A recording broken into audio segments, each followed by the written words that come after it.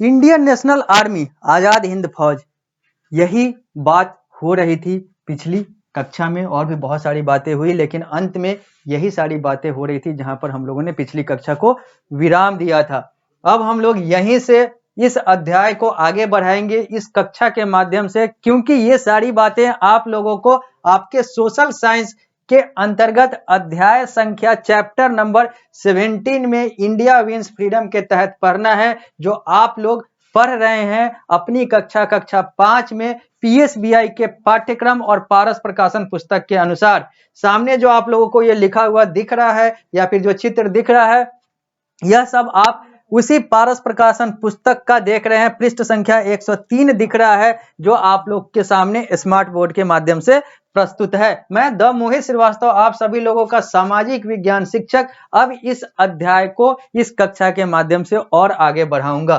तो लिखा हुआ है, इन 1943 वर्ष 1943 में सुभाष चंद्र बोस ने आजाद हिंद फौज या फिर कहें तो इंडियन नेशनल आर्मी INA की स्थापना जापान की मदद से की थी। और इसका लक्ष्य क्या था, अब इसकी बात हम लोग करेंगे आगे पृष्ठ संख्या 104 पर। अब हम लोग बात करेंगे Indian National army Azad Hind फौज के लक्ष्य का, कि आखिर इसको स्थापित किया क्यों गया था और सुभाष चंद्र बोस का भारत से बाहर जाने का तात्पर्य क्या था। यह आखिर गए थे कहां, जापान गए थे, तो जापान क्यों गए थे, आजाद हिंद फौज का मुख्य लक्ष्य क्या था, अब इसकी बात हम लोग करेंगे। यानी कि अब हम लोग सुभाष चंद्र बोस के बारे में और विस्तार से जानेंगे। तो the main aim to free India from the British rule, मुख्य लक्ष्य यह था कि भारत को अंग्रेजी शासन से मुक्ति दिलाया जाए। Subhash Chandra Bose gave up the slogan Jai Hind and Delhi चलो। सुभाष चंद्र बोस ने बहुत सारे नारे दिए थे, जिसमें से दो नारा यहाँ पर लिखा हुआ है, एक है जय हिंद और एक है दिल्ली चलो, यानी कि भारत की राजधानी या फिर भारत के केंद्र बिंदु दिल्ली में चलो, यानी कि दिल्ली चलो और जय हिंद का नारा सुभाष चंद्र बोस के द्वारा दिया गया था। The world war two ended in 1945, दूसरा विश्व युद्ध जो है वो 1945 में खत्म होता है, शुरू होता है 1939 में, खत्म हो जाता है 1945 में, यानी कि लगभग 6 साल चलता है। By this time the British realise that they could no longer rule over India, और इस समय में यानी कि 1939 से लेकर 1945 में जब ये सारा कुछ चल रहा होता है, तो अंग्रेजों को अपनी औकात समझ में आ जाती है और उसको लगता है कि अब उसके पास वो क्षमता नहीं है कि वो भारत पर ज्यादा समय तक राज कर सके, शासन कर सके।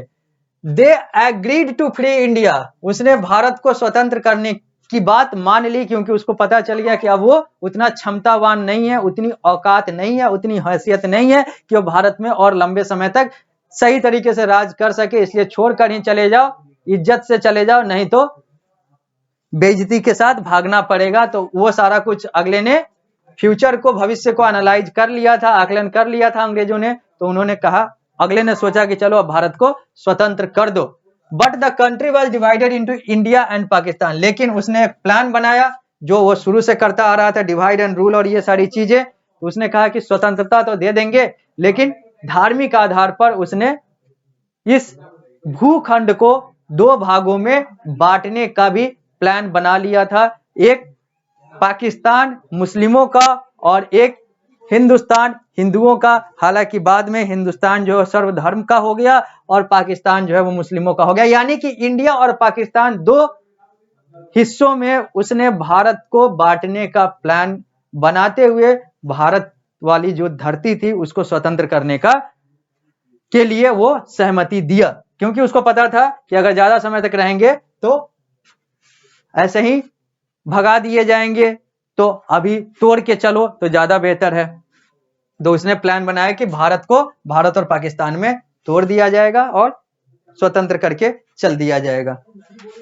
This was a result of the divide and rule policy followed by the British, और ये भी एक वही नतीजा था डिवाइड एंड रूल का जो उसने शुरू से किया। शुरू से ये लोग डिवाइड एंड रूल, बांटो और राज करो की नीति पर ही चलते रहे, चाहे वो बंगाल विभाजन की बात हो, चाहे वो अलग अलग मुस्लिम लीग के फॉर्मेशन के समय की बात हो, और भी अलग अलग चीजों की बात हो।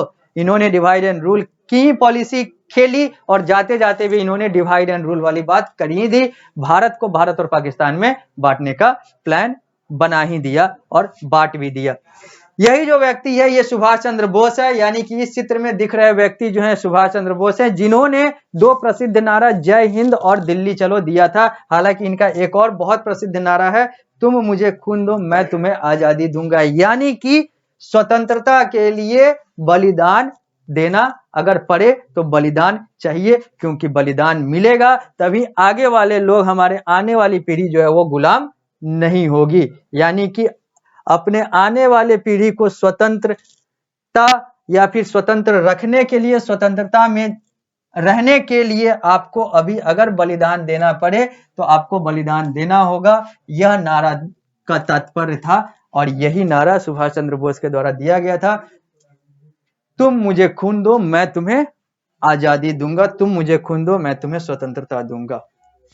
अब सुभाष चंद्र बोस के बारे में कुछ जान लेते हैं कि ये सुभाष चंद्र बोस, यही जो ऊपर चित्र था यही चित्र, यही सुभाष चंद्र बोस इस चित्र में भी हैं।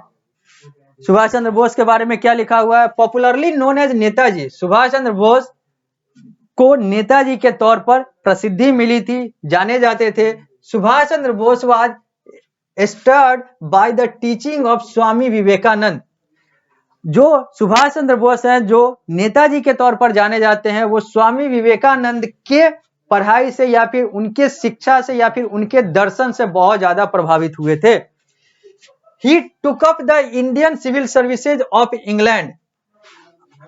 However, after the Jallianwala Bagh incident, he joined Indian struggle for freedom. ये पहले इंडियन सिविल सर्विसेज में गए, यानी कि भारतीय लोकसभा में ये चले गए, और उसके बाद ये जब जालियांवाला बाग इंसिडेंट घटनाक्रम हुआ वर्ष 1919 में, तो ये भारतीय स्वतंत्रता में शामिल हो गए, क्योंकि ये भी उससे बहुत ज्यादा इनको आघात पहुंचा था, बहुत ज्यादा दुख हुआ था। Bose did not believe that India could get freedom by non violent method. Subhash Chandra Bose को यह लगता था कि भारत को अहिंसात्मक तौर पर आजादी नहीं मिलने वाली है। ये जो गांधी जी का जो अहिंसा है तो बहुत अच्छा, लेकिन ये सामने वाले को अच्छा नहीं लग रहा है, इसलिए अब हम लोगों को उनकी हिसाब से काम करना होगा, यानी कि हिंसात्मक होना पड़ेगा। This is why he organised an army called Indian National Army और आजाद हिंद फौज, और इसी कारण से इन्होंने अपनी एक सेना बनाई जिसका नाम इन्होंने आजाद हिंद फौज यानी कि इंडियन नेशनल आर्मी रखा। And raised slogan Jai Hind and Delhi चलो, और यहीं पर इन्होंने नारा दिया जय हिंद और दिल्ली चलो, दिल्ली चलो, दिल्ली चलो यानी कि भारत के केंद्र बिंदु में चलो, और जय हिंद यानी कि हिंदुस्तान का जय हो।